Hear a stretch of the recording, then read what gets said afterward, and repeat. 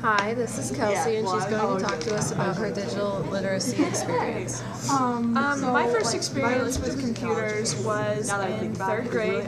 It was a little seminar we had once a week where we'd go from homeroom to the computer lab. So I suppose like you'd sit in front of a computer and you'd open a program. Actually, they would open the program for you because you couldn't find it. They tried to teach us to find the program, but they just struggled with it, and they finally walked around and opened the program for every single one of us. My dad was one of those people, like, and it was games, and it was like how fast can you type cat when like a cat came up on the screen, and like how fast can you type like table when a table came up on the screen, because we were learning how to read and write and transfer to computers. And I can't remember the first time we got a home because he would just get so frustrated. It was probably in middle school. My dad always had a computer at his work, but he never brought it home. And but my first real like experience in a classroom with a computer was, of course, computers class. It was my freshman year in high school, and when I was growing up, her brother, it was a struggle to pass. It was really embarrassing. What did they try and teach you? Oh, just typing. Just typing without looking at the keyboard? Well, no, they had these things that covered the keyboard. We do not understand. These little orange, it was like plastic, but it was flexible as rubber, that covered the keyboard, so you couldn't see what you were typing. So you couldn't look down, so you had to look at the screen and see what you were supposed to type, and then type it. And I would always like peel it back and be like J, peel it back and be like A. It was awful. It was absolutely awful.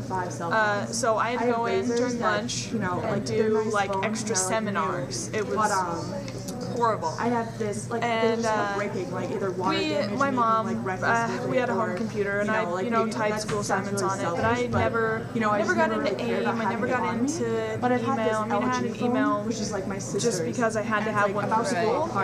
They gave you a school email address, and I got the traditional high school graduation gift of a laptop. And when I got it, I was like, I'll type a couple assignments out, turn in some essays, get out of college, get a desktop. And when I got here, I really never realized how much of a lifeline it is.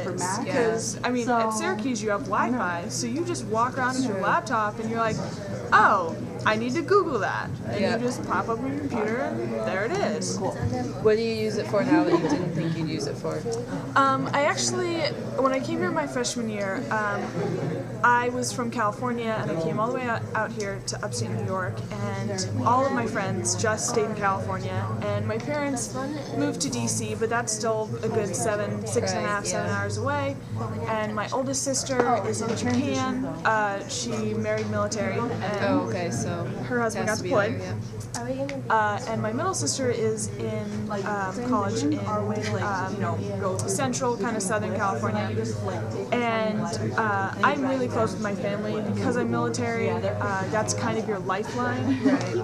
Whenever you move, it's family or nothing. Because you don't know anything besides your family in that town.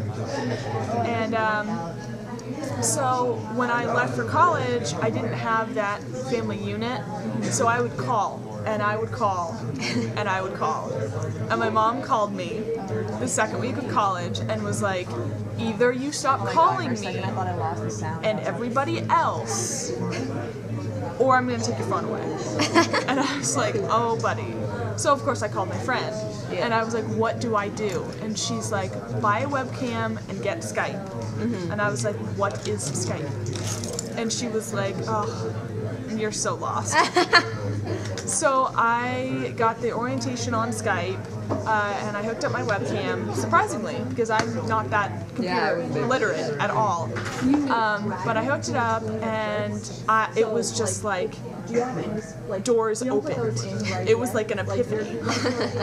And I typed in and I was like, ooh, Megan Griffin. Ooh, Teal Dyke. Ooh, I like pretty much went through my high school yearbook and like searched everybody. And I was like, oh, they're on Skype. Oh, they're on Skype. It was fabulous. So my mom called me like 2 months later and she's like, did you lose your phone? You haven't called anybody. And I was like, nope, I found Skype.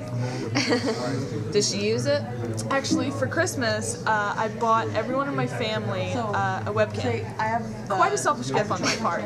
I just wanted to see them. But I mean, when I call like my family, like on their birthday, I used to call and be like, "Happy birthday!" Like you do like the cheesy like leave a message and sing the birthday song, and it's horribly off of you. But I mean, for their birthday and my birthday, I get to see my whole family. Yeah. And it doesn't cost $1,000 plane ticket to Japan to see my sister. Yeah. She's been over there 3 years, and I've seen her in person twice.